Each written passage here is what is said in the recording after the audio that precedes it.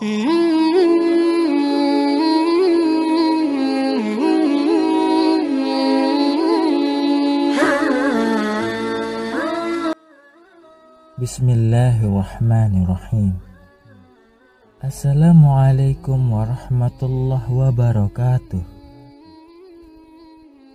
Alhamdulillahilladzi an'amana bi ni'matil iman wal islam. Nahmaduhu wa nasta'inu wa nastaghfiruhu wa na'udzu billahi min syururi anfusina wa min sayyiati a'malina. Min yahdillah fala mudhillalah wa min yudhilhu fala hadiyalah. Allahumma salli wa sallim ala sayyidina Muhammadin wa ala alihi wa sahbihi ajma'in. Amma ba'du. Syukur alhamdulillah, kita masih bisa diberi kesempatan berdiskusi sampai saat ini yang insya Allah menambah wawasan kita. Sholawat serta salam kita curahkan kepada junjungan dan Nabi akhir zaman, yaitu Nabi besar Muhammad sallallahu alaihi wasallam. Allahumma salli ala sayyidina Muhammad wa ala ali sayyidina Muhammad. Saya berdoa dan berharap agar kita semua selalu diberikan pengampunan dan dimurahkan rezekinya, kemudian tetap diberikan kesempatan menikmati nikmat iman oleh Allah Subhanahu wa ta'ala. Amin ya rabbal alamin. Sahabat syiar Islam yang dirahmati Allah, membina rumah tangga dalam sebuah keluarga menuju yang dicita-citakan bersama, yaitu sakinah, mawaddah, warahmah, adalah kebahagiaan bagi setiap pasangan suami dan istri. Seorang suami memiliki tugas sebagai kepala rumah tangga dalam setiap keluarga. Oleh sebab itu, para suami perlu mengetahui perbuatan-perbuatan yang oleh agama Islam dikatakan sebagai tindakan dosa suami kepada istri.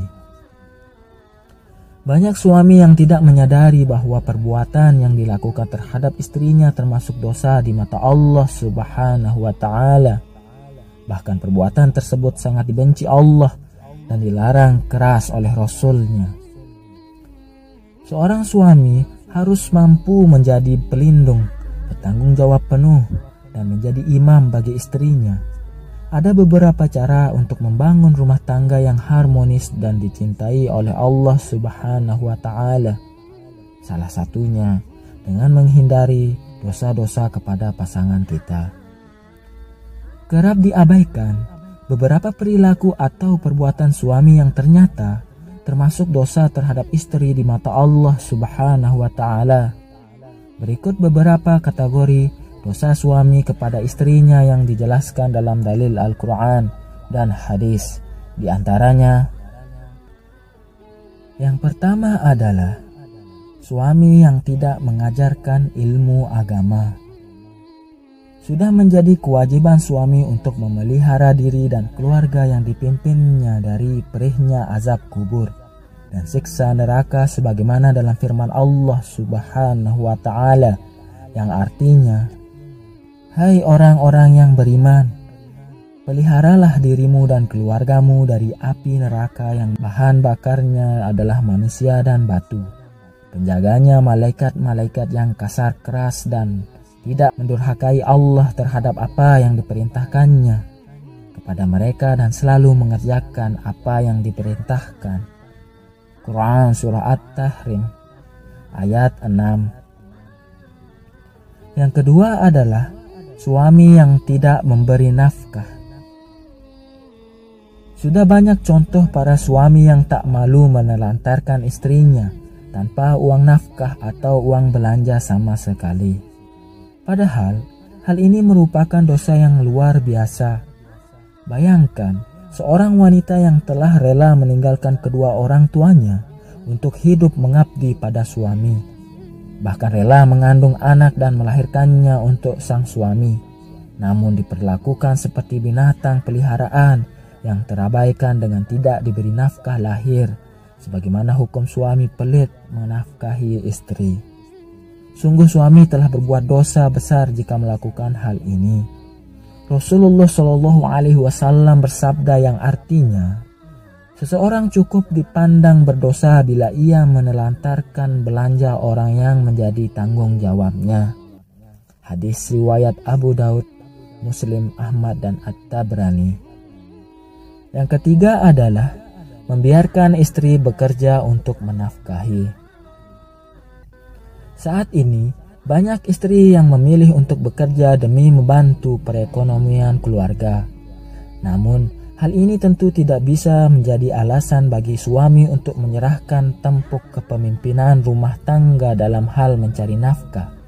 Terlebih lagi, jika suami malah memilih bersantai, cuek, dan membiarkan istri yang bekerja. Sebagaimana yang telah dijelaskan sebelumnya bahwa Rasulullah Shallallahu Alaihi Wasallam pernah bersabda yang artinya, tidak akan beruntung suatu kaum yang dipimpin oleh seorang wanita. Hadis riwayat Ahmad, Al-Bukhari, At-Tirmidzi, dan An-Nasa'i. Yang keempat adalah suami yang memiliki perasaan benci kepada istri.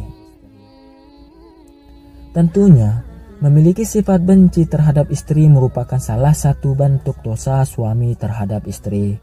Rasulullah Shallallahu Alaihi Wasallam telah mengingatkan akan hal ini melalui hadis berikut, yang artinya, janganlah seorang suami yang beriman membenci istrinya yang beriman.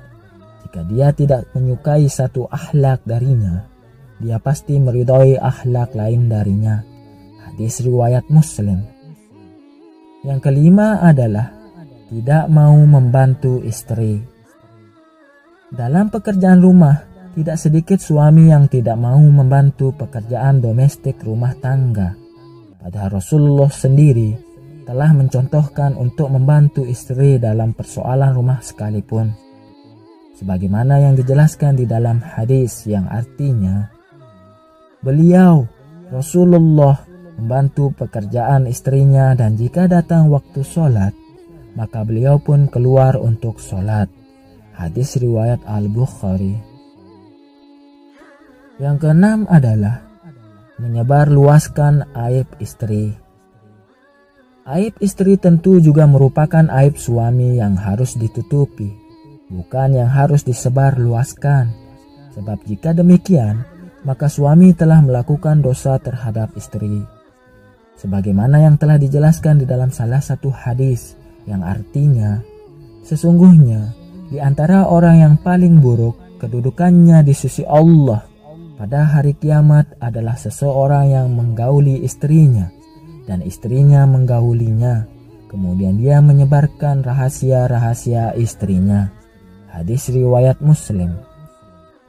Yang ketujuh adalah menyakiti dan berbuat buruk kepada istri.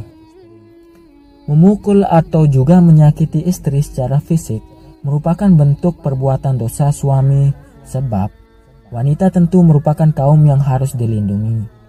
Selain merupakan perbuatan dosa, memukul dan menyiksa istri secara fisik juga merupakan perbuatan yang melanggar hukum dan dapat dikenakan hukuman.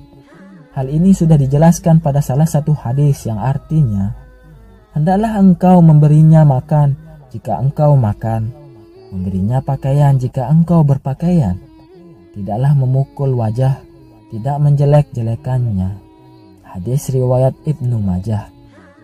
Semoga kita semua khususnya para suami dapat menyadari dan menghindari dosa-dosa suami pada istri yang telah dijelaskan tadi, agar hubungan rumah tangga semakin baik dan tidak mengundang murka dari Allah Subhanahu wa Ta'ala. Amin ya Rabbal Alamin. Demikian yang bisa saya bagikan, semoga bermanfaat. Jika ada kesalahan dan tutur kata yang tidak baik, saya minta maaf. Jika bisa, tulis di kolom komentar. Sesungguhnya saya hanya ingin berbagi dan sama-sama belajar. Wallahu a'lam bissawab.